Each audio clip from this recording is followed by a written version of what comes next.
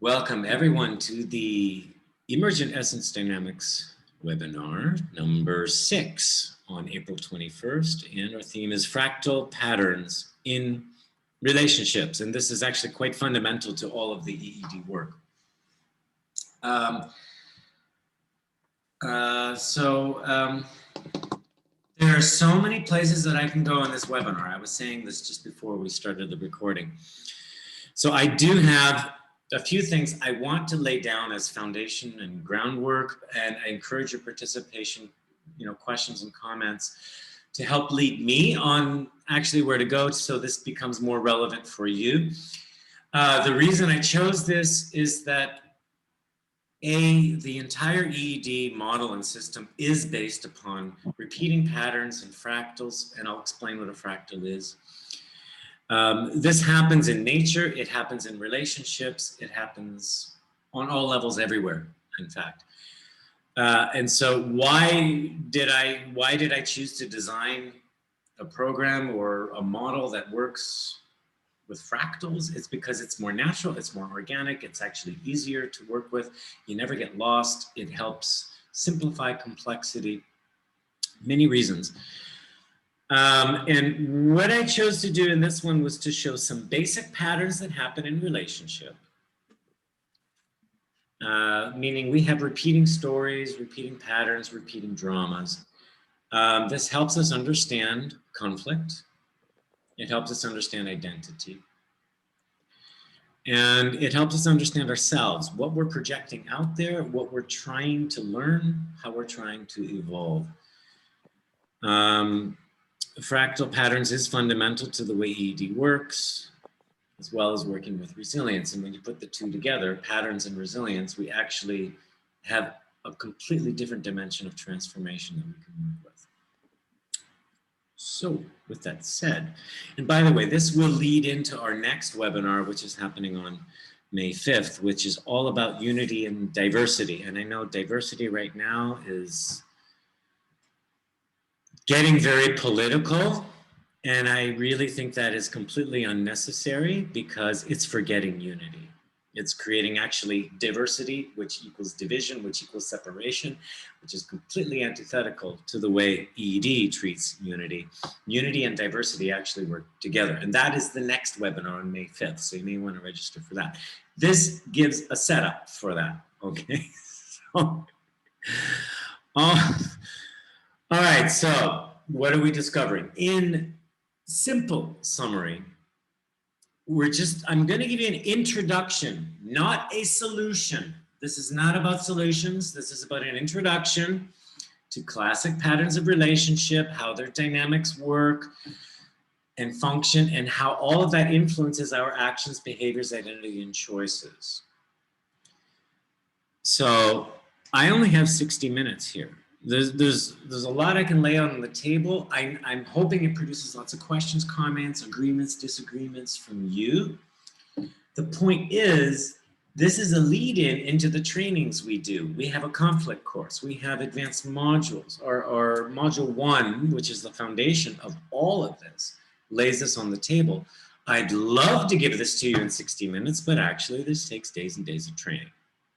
Okay, but I will give you some things that are practical, all right, that you can already work with, which would be like simple ways to recognize the patterns that are occurring within yourself and in your relationships, and then some tips to neutralize, not the pattern, but actually the opposition to the pattern, or the fear of the pattern, the reactivity that happens in the pattern. Because opposition, fear, and reactivity actually aggravate the pattern to repeat and not evolve. And what we're learning here is the point is to play into the pattern so we can learn what the pattern is trying to teach us. Once we embrace the lesson, we can evolve into the next level of pattern, and the next level, and the next level, and the next level. So patterns do evolve.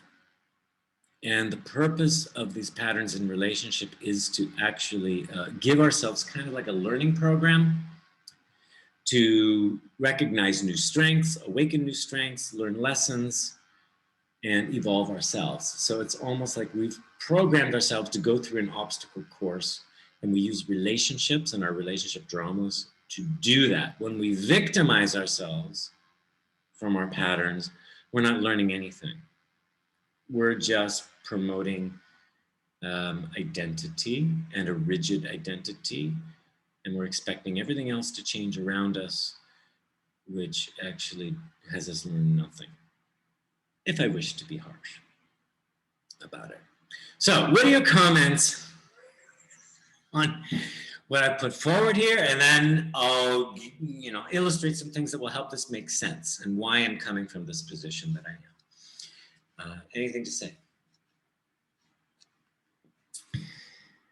Yeah, go ahead, Christina.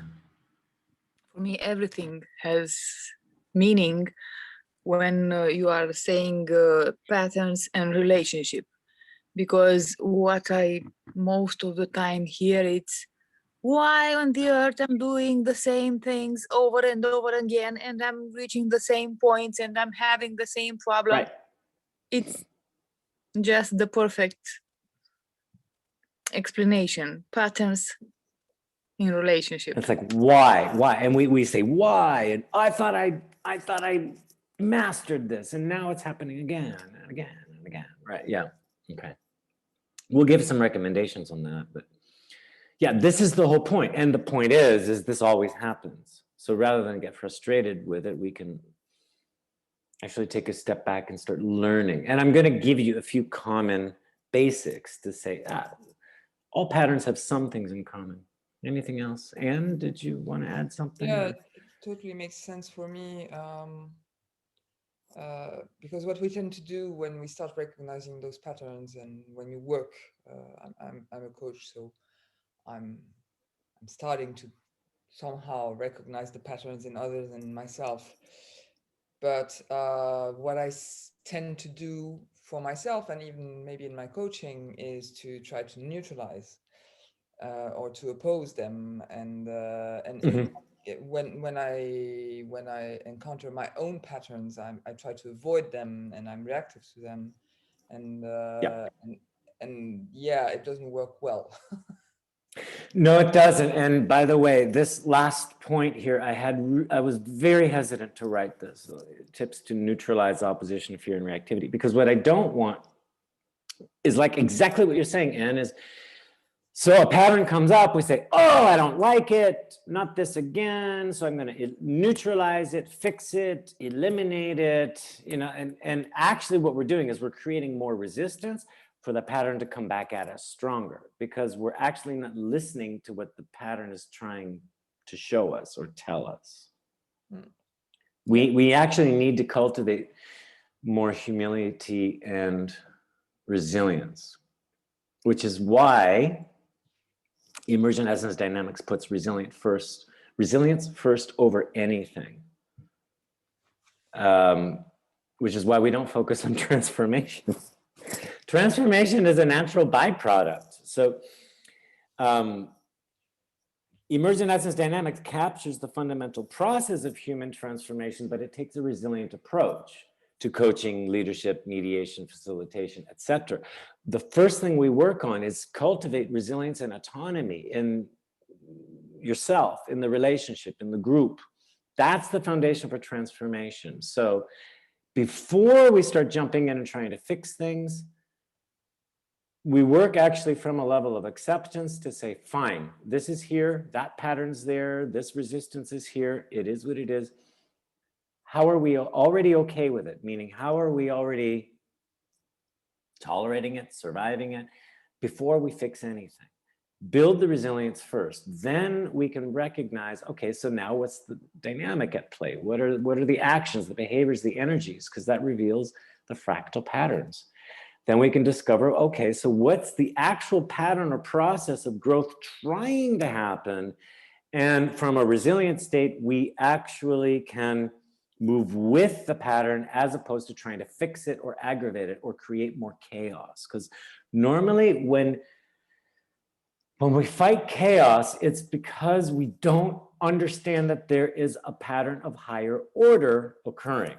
Does this make sense what I'm saying? Chaos is actually a pattern of higher order that we don't yet understand. So we just call it chaos, unknown, nonsense, whatever. I think I know better. I better control it. So I'm going to fix this because I'm uncomfortable. I'm coming from a fearful, non-resilient place. Whereas if I cultivate a bit of resilience first, saying, no matter what happens, I actually am okay. I can be creative. I can move through this. I'll actually cultivate a little bit more humility to learn from what is the environment, the relationship, the other person trying to present to me. Then I can drop in to even deeper resilience and start to actually work with what's happening around me from a place of acceptance, fascination, appreciation, enjoyment, and eventually a place of co-creation. So there are many webinars summarizing everything I just explained, but I'm saying this is where EED comes from. It's not about jumping into transformation. It's actually more of an alchemical process of transmutation. Transmuting ourselves to work with a higher order. How are you guys doing with this? I feel like I'm babbling, but how are you doing with this? Any comments, or is this sounding okay? Because everything relates to patterns. And this is what I want to emphasize in this one. Everything is a pattern. Was there anything else you guys wanted to comment on? I know I went on to the next slide, Anne, based on what you had said, but. No, it's okay. I'm fine. Yeah. And that a lot of people try to jump into transformation too fast. It's like they're trying to fix something they don't understand yet. Right? So before we try to fix anything, cultivate a little bit of resilience within ourselves to have a foundation to be okay with what's going on. It is what it is. It doesn't mean we have to like it. But before we try to eliminate something, we need to investigate it first and understand what is actually the substance in here. Is there some value here? Because otherwise, if we just eliminate everything that it's inconvenient for us, we're throwing the baby out with the bath water. Right? So, what are fractals? So here are some examples, some pictures of some fractals. All right, we got lots of similar images, lots of spirals. Everything is moving in a spiral. Look at this. This is actually related to the Fibonacci series. Do you know what the Fibonacci series is? 1 + 1 + 2 + 3 + 5 + 8 + 13. Okay, it's like 1 + 1 = 2. 1 + 2 = 3. 2 + 3 = 5. Okay, 3 + 5 = 8. It's a cumulative pattern. And if you graph it out, it actually creates this spiral, which exists in seashells, storm systems and hurricanes, and galaxies. Wow. Snowflakes are cumulative patterns. All right, just like spirals. Bronchial tubes and branches and even brain tissues, etc., all grow in the same similar ways, all right? Same with coral reefs, same with coastal lines and the Mandelbrot set, and ferns and plants. And so a fractal is a very simple pattern that repeats upon itself on every scale from small to large, forever and ever and ever. So it goes infinitely large, infinitely small, but it is a basic pattern that repeats upon itself. So here, like, you've got a basic triangle. Now, if I divide that triangle into other triangles, and I divide those triangles into other triangles, and I keep going, I'm just going to get an increasingly complex picture. But the whole thing is a basic triangle. So you could look at this and say, wow, that's an incredible piece of artwork that's so ornate. I mean, I can go on forever and ever and ever and ever. But actually, no, it's a very simple pattern that just repeats. What this is nature works through economy of material.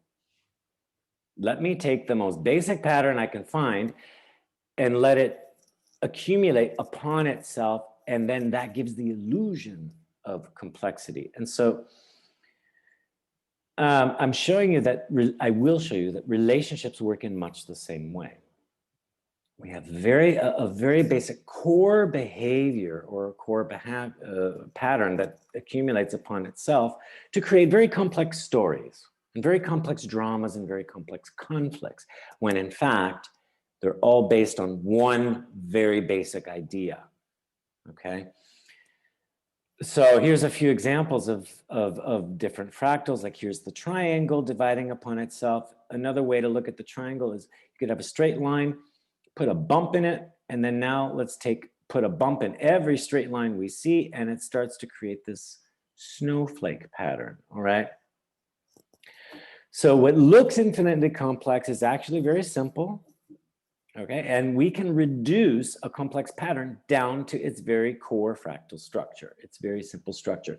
This is basically what we're doing in EED, is we're taking any story or relationship and we're breaking it down to what's the basic pattern that's happening. And in fact, the EED model itself, all the techniques, everything we do in emergent essence dynamics is based upon repeating cycles, repeating patterns, right down to the whole architecture, techniques, and transformational process. Everything is a fractal. Therefore, why is that effective for coaching, leadership, facilitation, relationships, personal growth?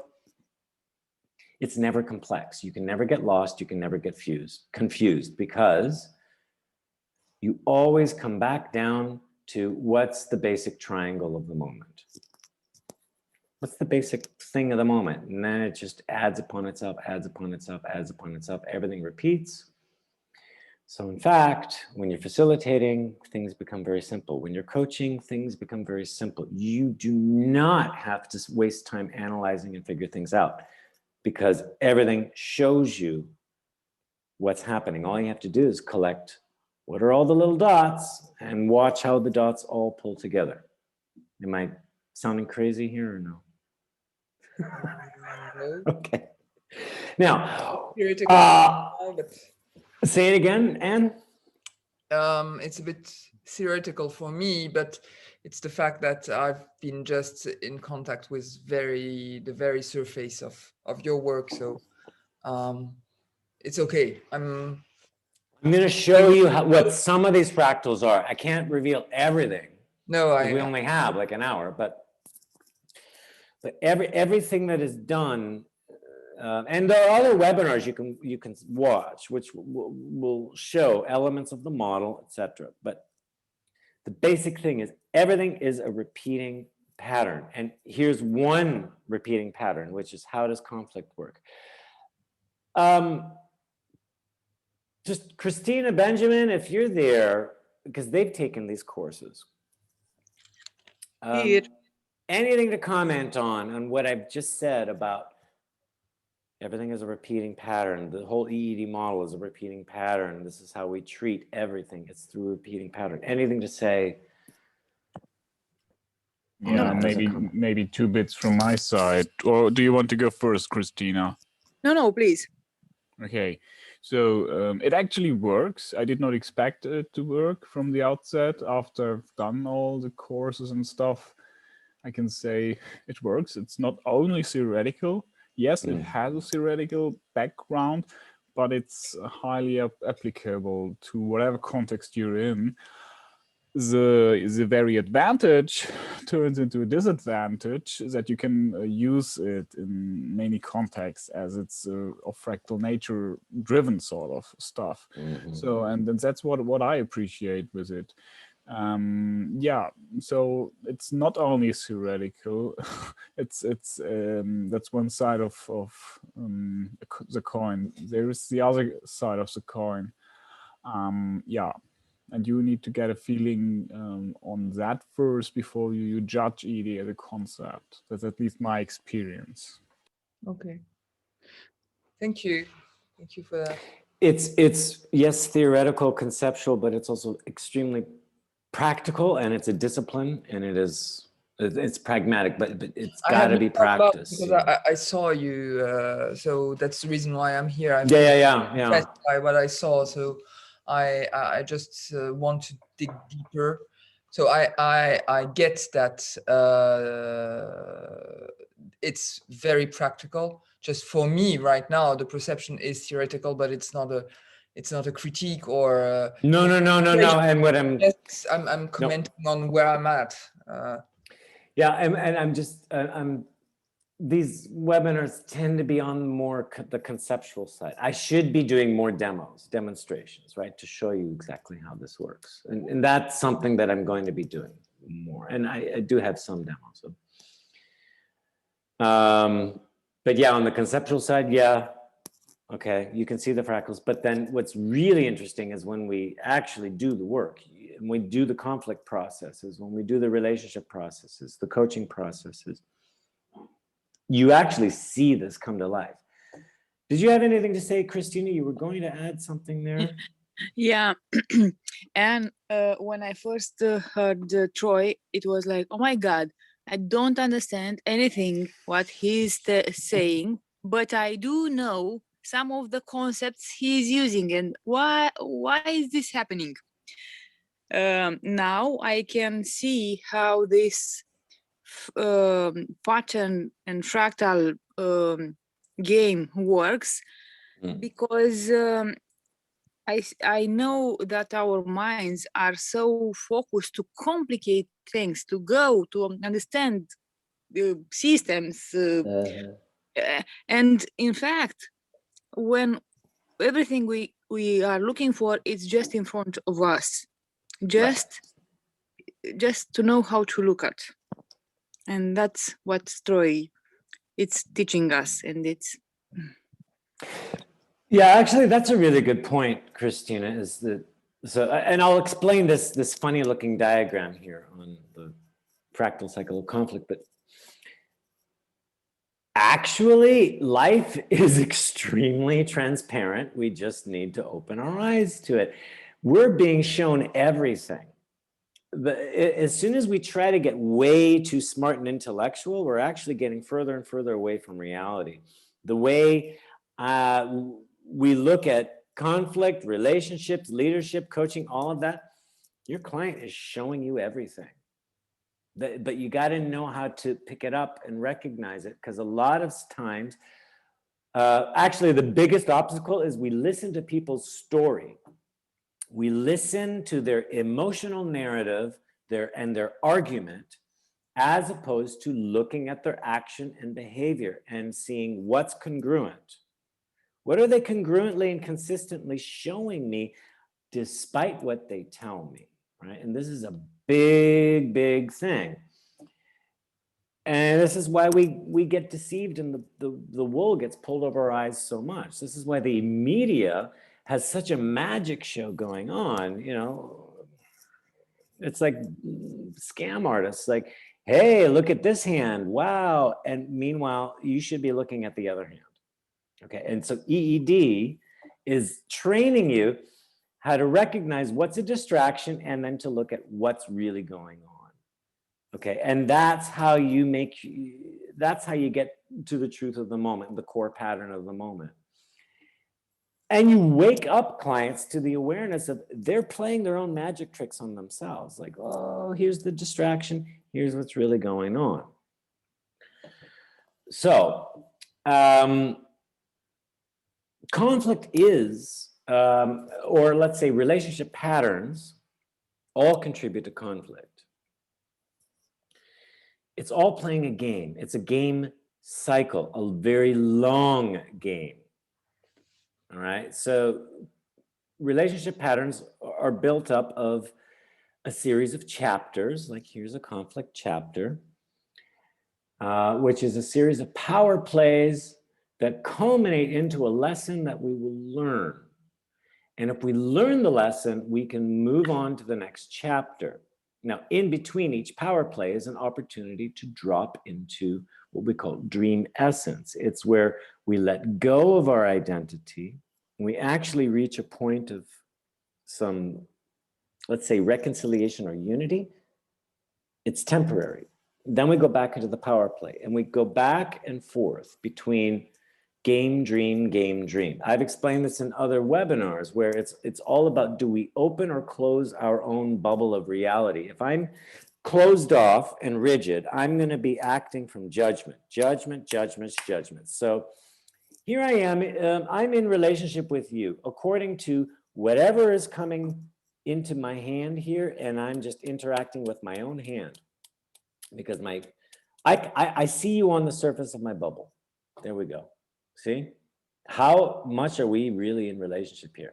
Now, if I actually open my bubble, I can actually see the reality in front of me. But the risk I'm taking is that I might get influenced. I might be affected by what's coming at me. That's why I want to close my bubble, because I want to protect my story, my beliefs, my narrative, all of that. It takes resilience and humility for me to open my bubble, to be in true relationship with what's going on out there. That's what we mean by dream. I'll show you another slide that illustrates that, where we want fluid relationship at dream level. That is where we are less oppositional. But when we're in game, we're constantly trying to conquer each other, devour each other, absorb each other. It's all about power plays. But each power play can awaken a new strength. It teaches us a lesson. So let me know if I'm making sense. I feel like I'm rambling, but No. okay. I'm connecting the dots with because we experienced with the bubble in Berlin, so I'm connecting some dots. Yeah, and I'll show you a better illustration. And there's other webinars too where I talk about the open and the closed bubble, and that's a very basic thing to learn. Like, we're naturally closed, but we can open. Okay, but it requires resilience. So when we're in a game, we're doing power plays. That's from closed bubble. We're opposing each other. I'm trying to conquer you, or you need me, I need you. We're using each other. A series of power plays makes a whole chapter. Each power play gives us, sort of like a competition or to win or a lesson to learn. And that culminates to what's called a death's door. It's like a point where this is a no-go. This is a deal breaker. Like if I go through that death's door, I will die. So I'd rather go around the death's door, right? And avoid facing something within myself or within you. And that makes the pattern repeat. Why do you call it the death door? Because there's no alternative. We can have one power play after another so every conflict has in its chapter a series of power plays. I'll make this bid to you, you have this action, this reaction, this action, this reaction, and then at some point I'm going to demand something of you.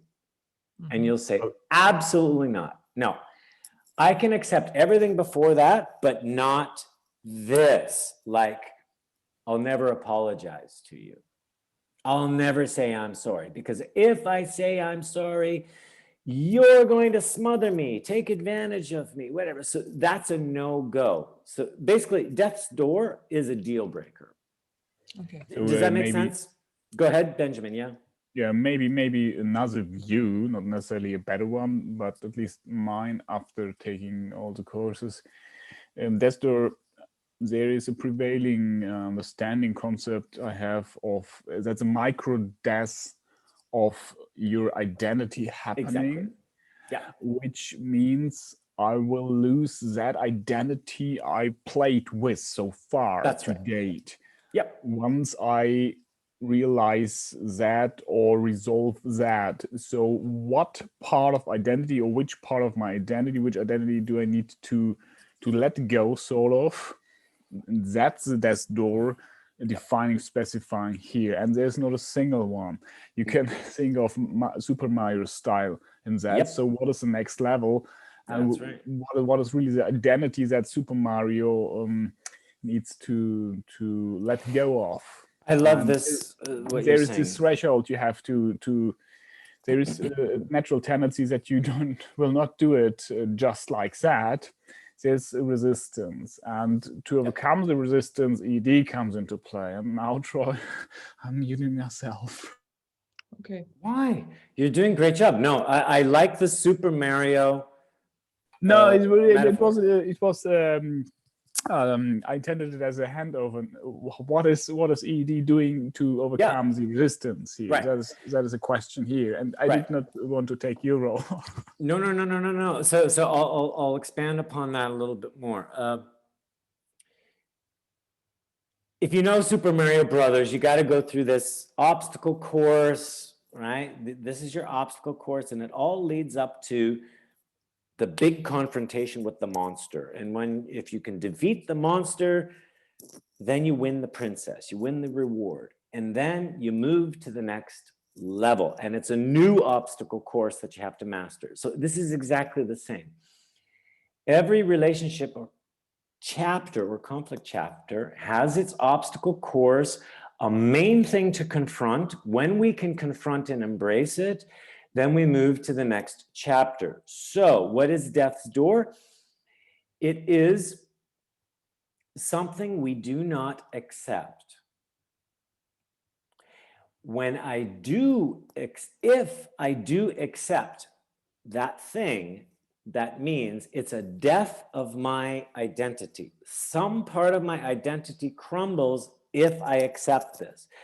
That is why it's a death's door, because I'd rather preserve my identity, not accept it. And by doing that, I'm going to repeat my game.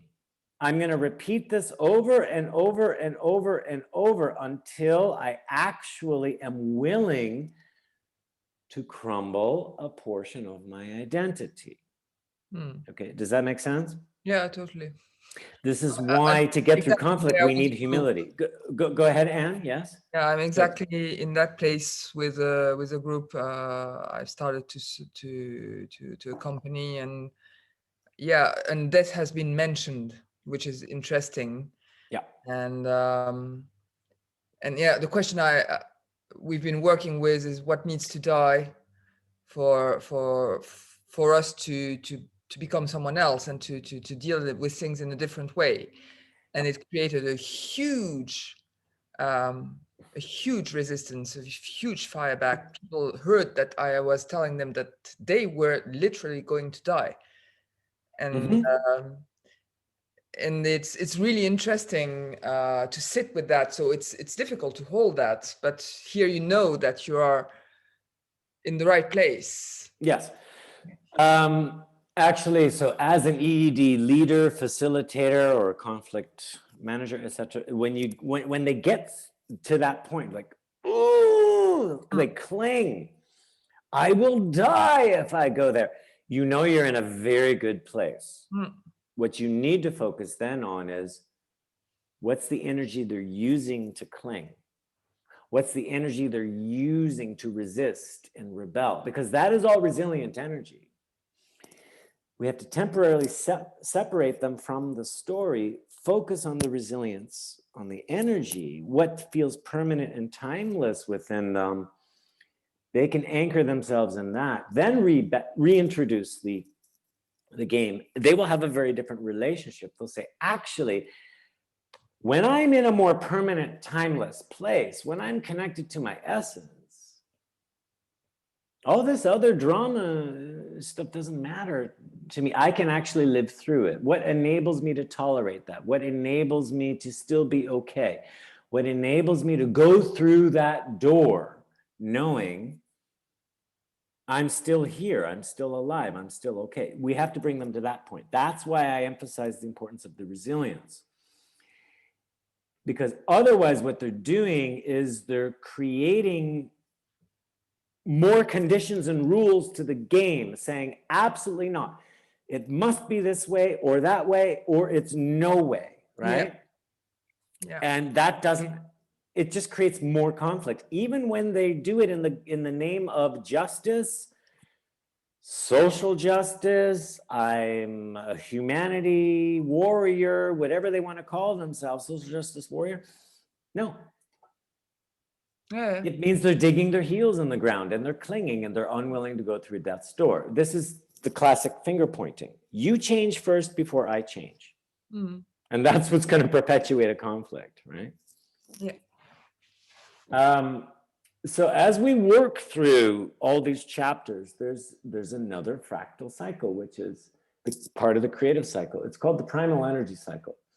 We have an initial tension. We want to charge that up, charge it up until there's a discharge, a release. Then there's a relaxation. And then there's going to be a new tension. This is the way music works. We have chords that are consonant, and then we have discord. And it always, dissonance always resolves to consonance. This is the way art works. Shadow and light, shadow and light. So conflict works in the same way. So we want to build up some tension, and then there's going to be a release. When there's a release, what happens? There's a truth told, an acceptance of something going on in the relationship. Actually, what happens is there's a mutual acceptance in the relationship. I accept something about you. You accept something about me. Then we drop into a more fluid state with each other, where there is a level of mutual acceptance. This is where we can gain strength and resilience in the relationship and actually begin some kind of a reconciliation or a transformation, or where we feel complementary to each other. That'll be temporary. Then we come back into, now let's do the next power plays. Let's work that through. Build up some tension until can't take it anymore. Either we're exhausted or we surrender into something of acceptance, mutual acceptance. We drop back into that dream state of relaxation and resilience. And this is what I call toggling between game and dream. Every time we drop into this dream essence, we're actually building strength. And that enables us to start recognizing, what are these power plays for? Oh, there's a lesson to learn. Each power play is building up our ability to learn the lesson that takes us through the death's door, which takes us into the next chapter, into the next game. All right. Just one thing to add here, Troy, if I may. Yep. And the interesting thing is that this is not done just for the present moment, for the present situation. You're actually training that. You're training, you might even name it on, see it on a neurological level. The connection you create happens on a specific path. Mm-hmm. And the more often you toggle back and forth, you go that path, and by going that path, it becomes easier to connect in future situations. It might be entirely different conflicts, persons, whatever dramas, but you might find it easier to connect to source.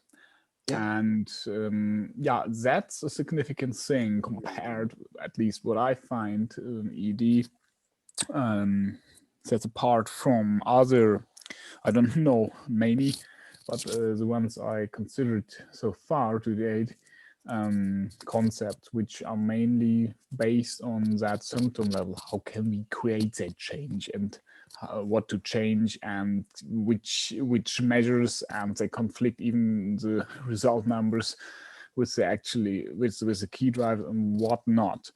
And it's not the long-lasting effect. ED is doing it differently. There is some long-lasting here. There is a long-lasting effect. What I want to point out in this diagram is, in the beginning, there's lots of drama, little power plays, okay?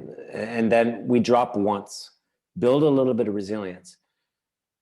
And once we, as we move through each new chapter, we're building resilience. There's more, notice there's more and more resilience here. That's the green spiral. Less and less power plays, but the power plays themselves become stronger and more important, but it's counterbalanced with more and more resilience. So what we're really doing is we want to to actually move through these power plays, find opportunities to drop into a resilient space, go back into the power plays, play them a little more with a little bit more awareness and resilience.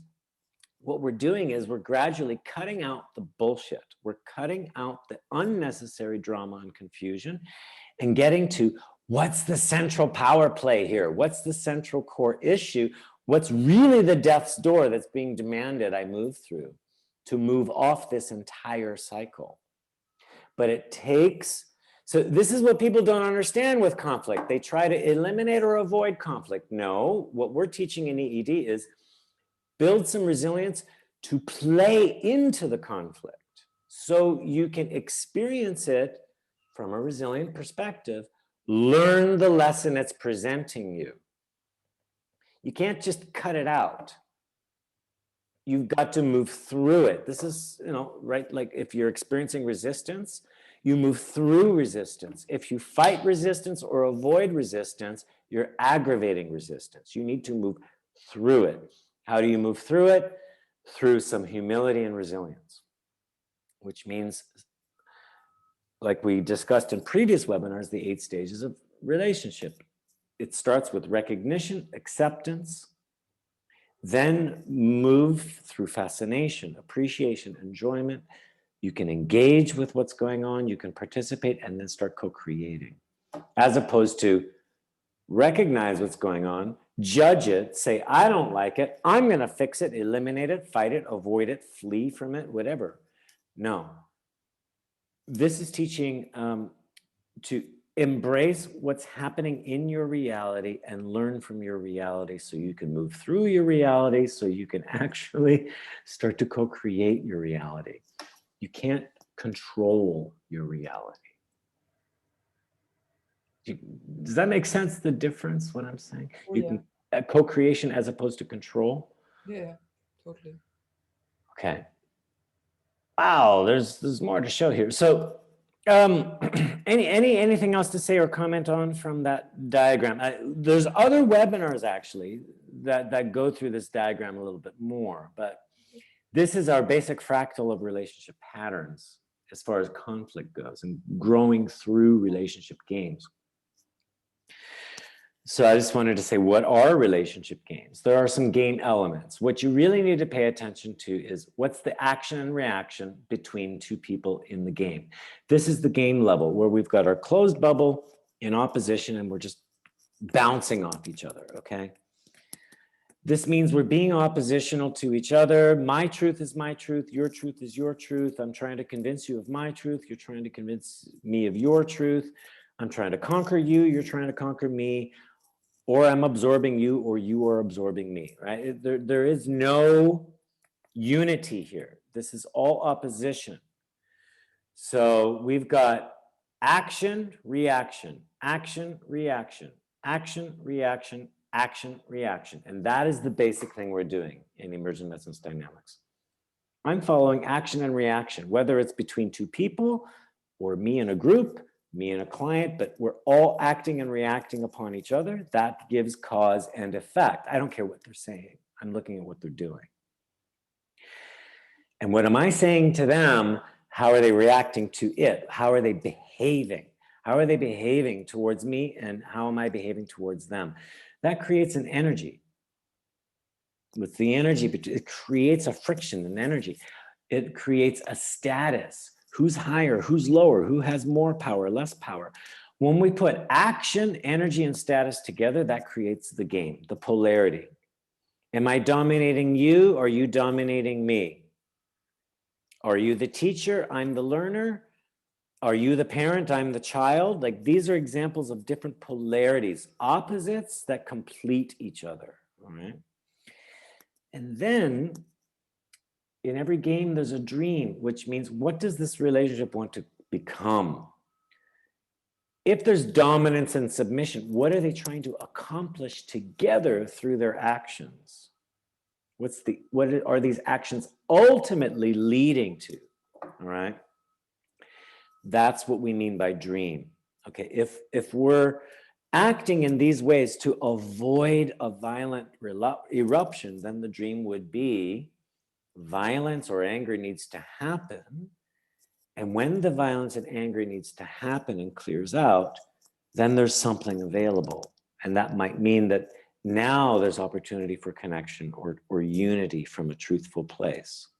For example, so dream is you're looking at what's trying to happen in the relationship and what does this relationship want to ultimately become, or what's the essence of the relationship. Any questions on what I'm saying there? I'm just going to look at the chat here, and we're getting close to time. Yes, Benjamin, thank you for attending. Yeah, I know you have to leave. Okay. So what does that look like? Well, we can have games of validation, meaning recognize me. I'm trying to win love. I'm trying to win your approval. Or there's games of control, meaning I need to control your behaviors in order for me to feel more secure. There could be games of fear, meaning what is safe, what is dangerous, who, and games of authority. Who's the authority here? Is it me? Is it you? Is it someone else? Validation, control, fear, and authority, they all work together to create this victim-persecutor cycle. And this is the main game we play. I have other webinars, especially on the victim-persecutor cycle, exactly what are the details of that and how to move through it. There's also this rebel-victim polarity. It's a variation of being the victim. It's like the victim that either is weak or strong. And we all tend to play that game where the rebel will tend to fight the adversity or go in search of greener pastures and say, you know what, screw you, I'm doing this instead. That's the rebel mentality. I'm either going to fight or I'm going to go in search of a brand new world. The victim tends to flee, hide, or avoid, or the victim will become very stubborn. It'll sit in the middle of the tension and just be very stubborn. And in fact, it takes all the abuse, but it can be in denial, it can pretend, but what it's doing is it's tolerating that, and it's being very stubborn and it's clinging. And the only way it fights is by insisting on something instead of moving. Like, I insist that this is not fair. Or it says, well, it's not fair, but I guess I'll just tolerate it and pretend it's not happening. The rebel will say, this is not fair. It must be different. I'll be in your face. But when push comes to shove, it will not actually truly fight. It's going to run away in search of something else. Say, you know what? I didn't need you anyways. I've got a better thing going on here. I see you nodding, Aaron. Just let me know if that's making sense. What I'm saying is, this is all reactive behavior. It's all fear-based. It's non-resilient. All right.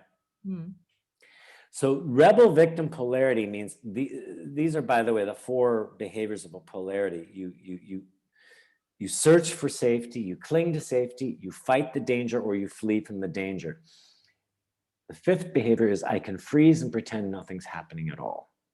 Okay, this is what's described as the reptilian fight, flight, freeze. Okay, but none of these are resilient because everything is determined by this dangerous place. All right, I'd rather sit or cling in fulfillment, or I'll actively fight danger or actively flee danger, but my fulfillment, my safety is defined by the danger. This is the death's door. What it means to go through death's door is I will go and sit in the dangerous place. Whatever I consider dangerous. We don't do that. We need to be resilient in order to do that. All right? So when we're able to collapse this kind of polarity, we're dropping into the dream where we say, hey, you know what? If you're dangerous to me, I'm willing to be affected by you. I'm so resilient, I'm so okay that I'm willing to be affected. This green and red, and in other webinars, describe that we use each other as green and red. like you're dangerous to me or you're safe to me. And we'll choose our relationships and our patterns according to who is dangerous and who is not to us. And we usually base that upon identity and belief systems. Okay?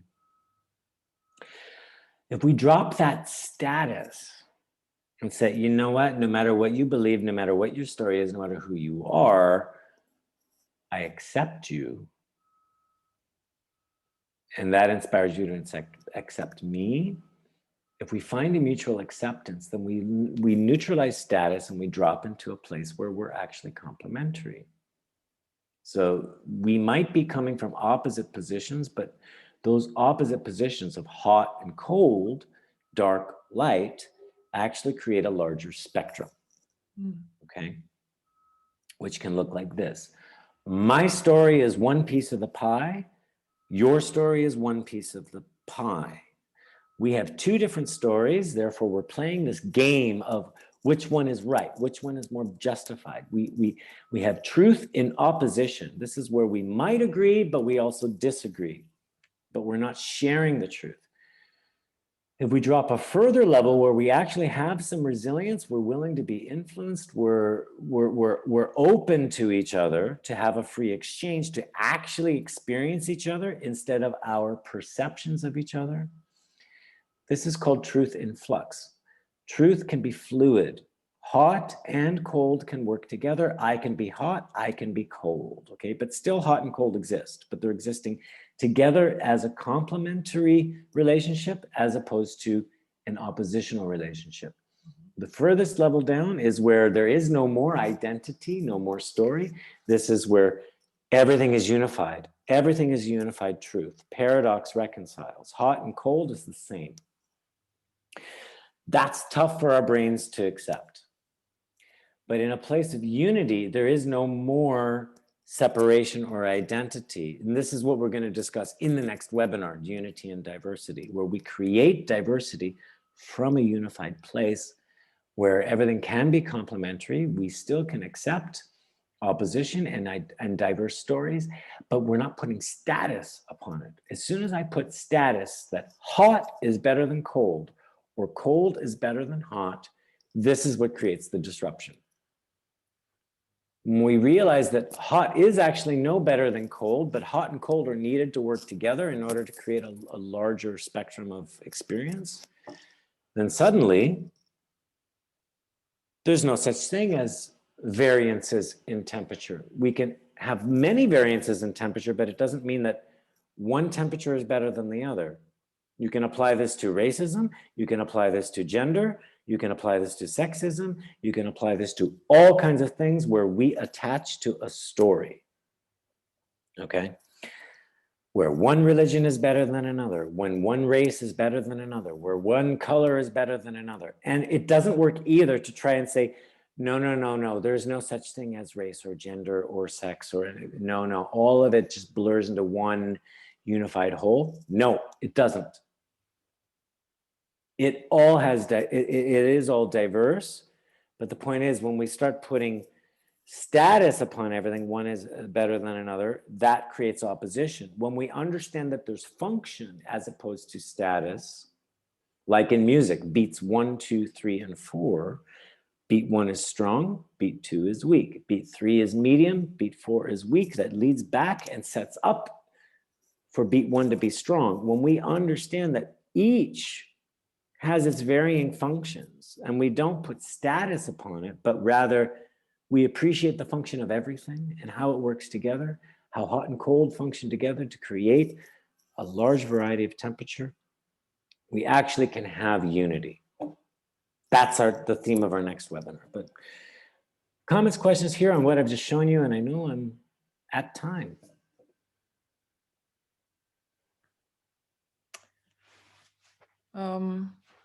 Yeah, it makes complete sense, and I can make links to many situations I'm dealing with, either on the professional or the personal side, on my personal journey also with these things, and sitting in the middle of what you see as a danger, is really something I'm experiencing with. It's not easy, and it's really a death door. Yeah. But yeah, it makes total sense, and it also on that journey for me, it brings light to things I have been told to do when I was resisting, actually. Mhm. And I understand now that I was right to resist that path, because it's a path of opposition, or a path of saying this is the right way and this is the wrong way. And yeah. This includes enticement and coercion, like, yeah. right? Like, here's my carrot, come follow my way, but it's not giving you full autonomous choice. So it's still a conquering. That's still a game. It might seem like a nice game, right? Like, I'll give you a year's supply of Krispy Kreme donuts to take the vaccine. I'm still not giving you full autonomous choice, right? You wear a mask, I praise you. You don't wear a mask, I shame you. That's not giving you a choice. Do you understand? So it's still a game, right? I mean, this is what's going on the world level. And then it's like, you know, if it's actually, the games are getting so bad right now, it's like the mafia. I'm giving you an offer you cannot refuse. You either agree and you're in the club, or you don't agree and you're ostracized and you're dead, and you know, like literally, right? Just like with this, you know, there were actually things going around, like, if the court decides that Derek Chauvin is innocent or guilty, then, you know, if they say he's innocent, then we're going to riot in the streets. If he's guilty, they're probably going to riot anyways. But you better make sure you decide that he's guilty. Like, that is coercion. That is not free choice based on evidence, narrative. I don't care what you think it's supposed to be. That is called manipulation. We got other webinars on that. So I'm just throwing out a few examples of games of manipulation. This story and game is the level of rigidity and reactivity where everything is conditional. Everything is if and when and consequence, okay? Right? It's rules and conditions. Dream and source, when we have some resilience, where we're open to be influenced, we have some humility, where we realize, actually, I'm okay no matter what happens. I can move through the death's door. I'm not so attached to an identity. It becomes an unconditional space where we are resilient, we are fluid. This is where transformation and reconciliation happens. This is where mutual respect, mutual acceptance, mutual understanding happens, okay? We can pretend that we understand each other, but it's based upon conditions. Believe my story, play my game, and you're accepted. That's manipulation. True resilience and true reconciliation happens where I don't need to coerce you or manipulate you or convince you. We will reach mutual acceptance through mutual humility. There is a big difference. And so, yeah, like you were saying, Anne, you need to be able to sniff out, am I being coerced or am I given freedom of choice? And there are other webinars coming up. There are webinars in the past where we can deal with those bids of manipulation and how to neutralize them. I'm already over time, but I'd love to know what you take away from what I've introduced. I'm not necessarily introducing solutions. That's why we have modules 1, 2, 3, the conflict course, the facilitation course. We have days and days and days of training to work with this stuff, and practical exercises to take people through. But let's say on the conceptual level, what do you take away in summary for yourselves?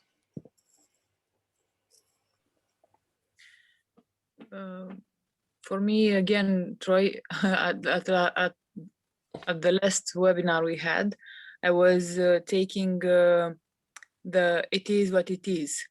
Acceptance. Yeah. Yeah. And now I I add to this, this is a truth. Mhm. It is what it is. And this, it's a new layer. Mhm. It's relevant for me now. Thank you. Okay. You're welcome. Excellent. Thank you.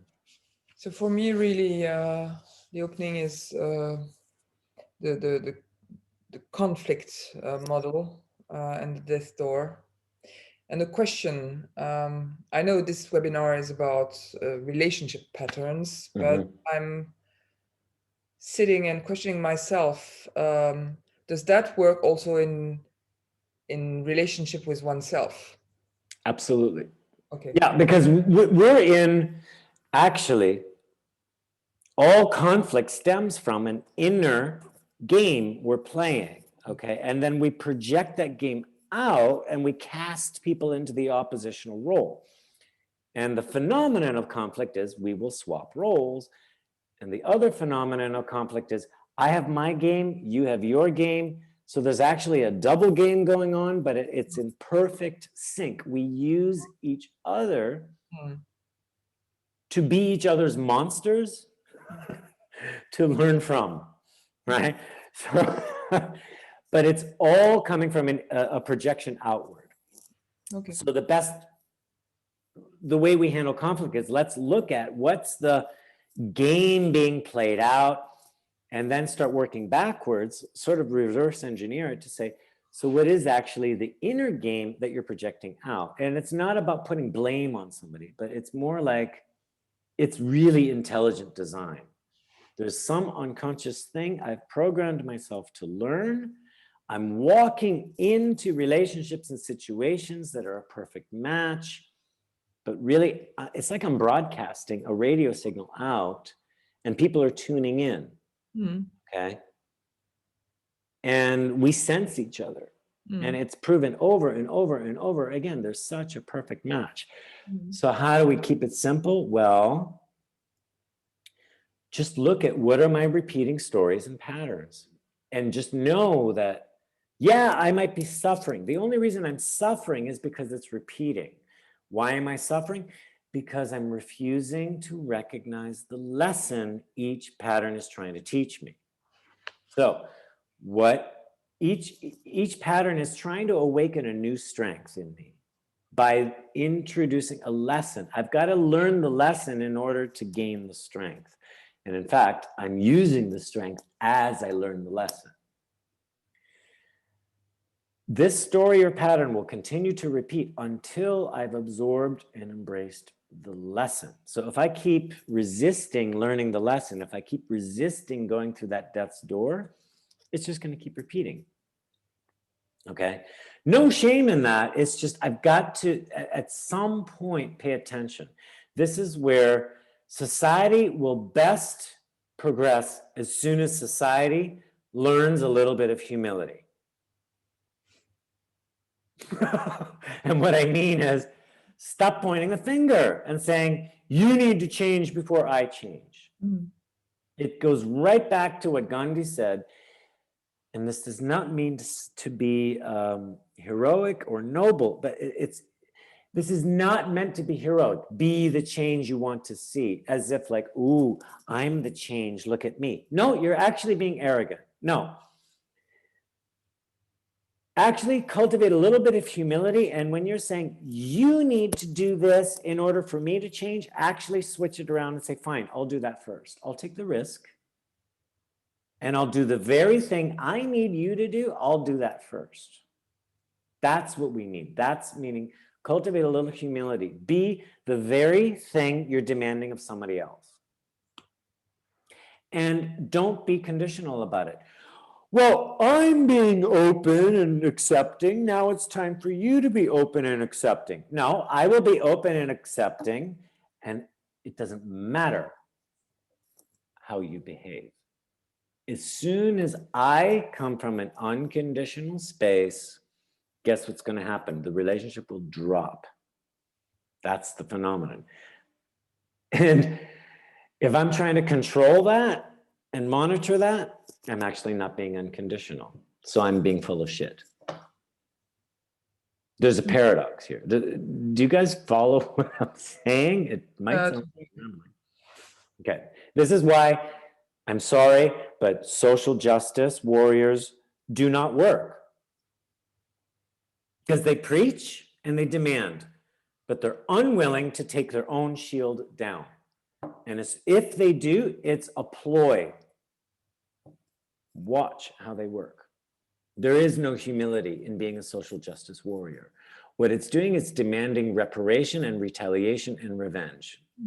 Sorry if I sound harsh on that, but for these people, making a call to arms and we have to fight for our minorities. No, actually, you're persecuting. Sorry to say that. Mm-hmm. The best social justice is acceptance and a little bit of humility. And it sounds weird and wrong, but to actually learn from the enemy and go back to the basic teaching of love the enemy, because your enemy is the basic teacher of your story. So you may agree or disagree, but this is what's going on. Patterns are built up through a series of actions and reactions. So we want the drama to play out. We want to play up actions to see what the story really is. We don't want to listen to the words. We want to see the actions and the reactions, because that's what's building up the pattern of the power plays.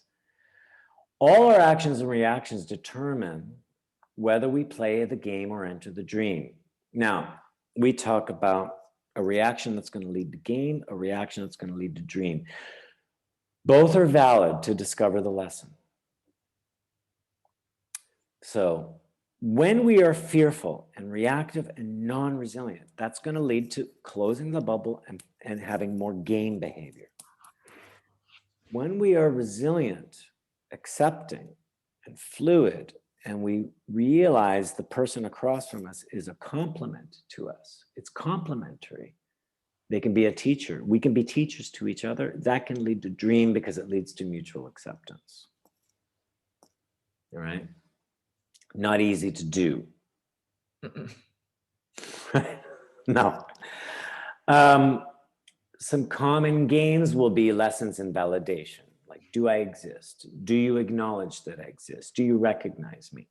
Control will be, how do I make sure I exist? How do I have power over you so you no longer threaten me, so I can have security, so I can protect myself, my family, etc.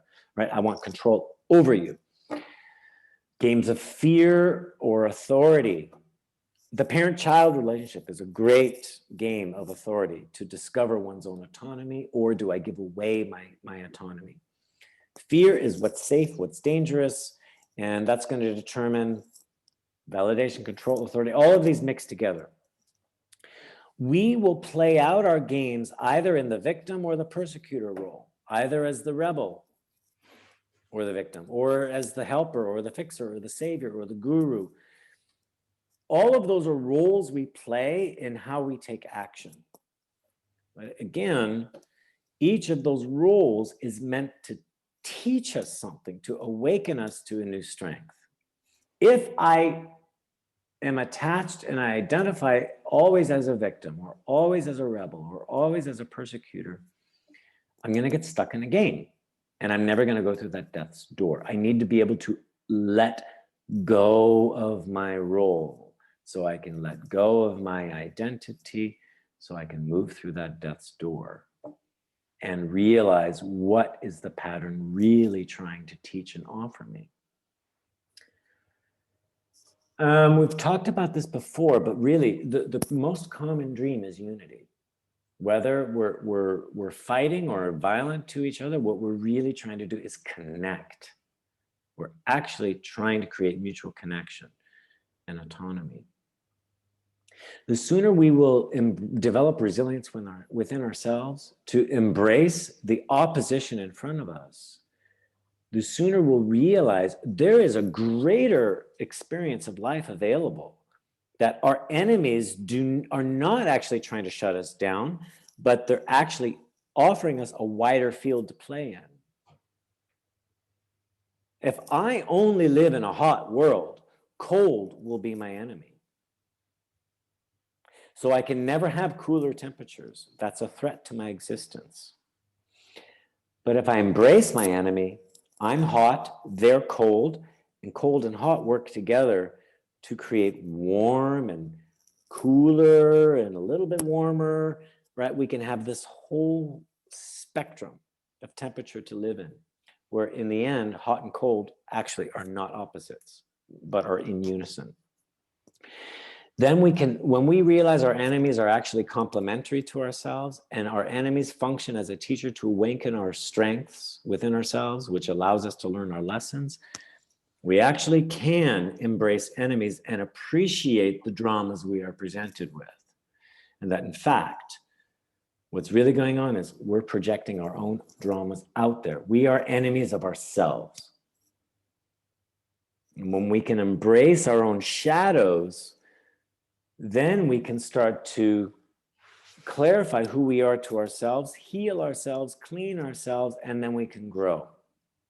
So the key here is use our dramas as a way to connect to source, as a way to connect to resilience. Our dramas give us a reason to use our resilience, right? Source is actually the level of all potential.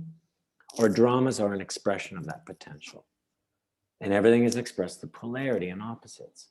So the final conclusion here is that every game we play is actually a projection from within ourselves to evolve ourselves. We create our own obstacle course. How you guys doing with that? Anything left to say? And this will continue with the next webinar, which is about unity and diversity. It goes more and more into, okay, so how do we embrace this paradox of everything is different yet unified at the same time? All right. And we have, like this webinar, the next webinar is really spun out in detail in our advanced modules, modules 2 and 3, which is, you know, embodying essence, conducting essence, and our conflict course. But you need the fundamentals of module 1, and we may offer a special module 1, a special offering of module 1 in June. Otherwise, we will run new versions of module 1 in the fall. So we just ran it last weekend, module 1. Christina was a part of that. We have module 2 coming up this weekend, module 3 coming up in June. We usually offer a series twice a year, spring and fall. What are your final takeaways? Anything left to say? Thanks for staying this extra time. You said you have there's a YouTube channel, yes, where Yes. where these webinars go and I can catch up.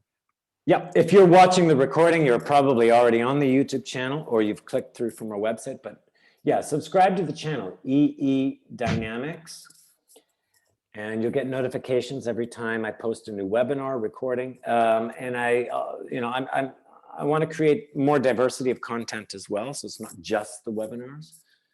I'd love to do a few shorter videos and some demos, add to more demos, yeah. So definitely through the YouTube, you can get to know all the basics and concepts a lot more. Thank you very much, Troy. I need to go. Yes. It was really interesting, and I'm looking forward to other webinars and Yes. to the course when it will be the right time for me. Thanks. Yep. Thank you, Anne. Thank you, Christine. Any final words, Christina, to say? No, it's just wonderful to connect, even though we saw each other 2 days and this weekend. Yeah. And the things I'm hearing are clearer and clearer, still rich, still very rich, but clearer and clearer. Thank you. Excellent. Thank you, Christina. For those who are listening to the recording, you can always contact me at my email, info@essence-dynamics.com. You can visit the website, essence-dynamics.com. There's lots of other recordings, webinars, and resources there, plus description of the courses and trainings. Again, I emphasize, these webinars introduce the concepts. If you really want to learn the practice and the discipline, that's what the courses are for, because they're 3 intensive days of training where you get hands-on supervision. Because might look simple in the diagrams, it's not so easy to live out. And when we do start to live out these patterns, when we become more resilient with ourselves and our patterns, we really do, like, everything just changes. So try it.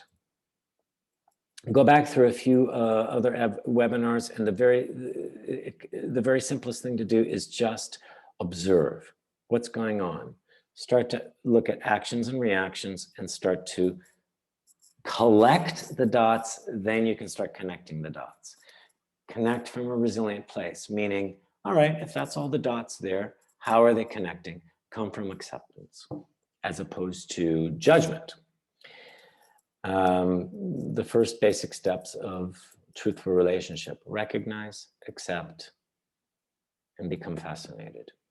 Of course, between recognize and accept, we judge. So before we take action from judgment, move from judgment into a little bit of acceptance and become fascinated. And then we can start to become a more fluid relationship with everything. And always, no matter what's going on, ask yourself, how am I still okay? So it's fun and tough work to work through our patterns, recognize our patterns.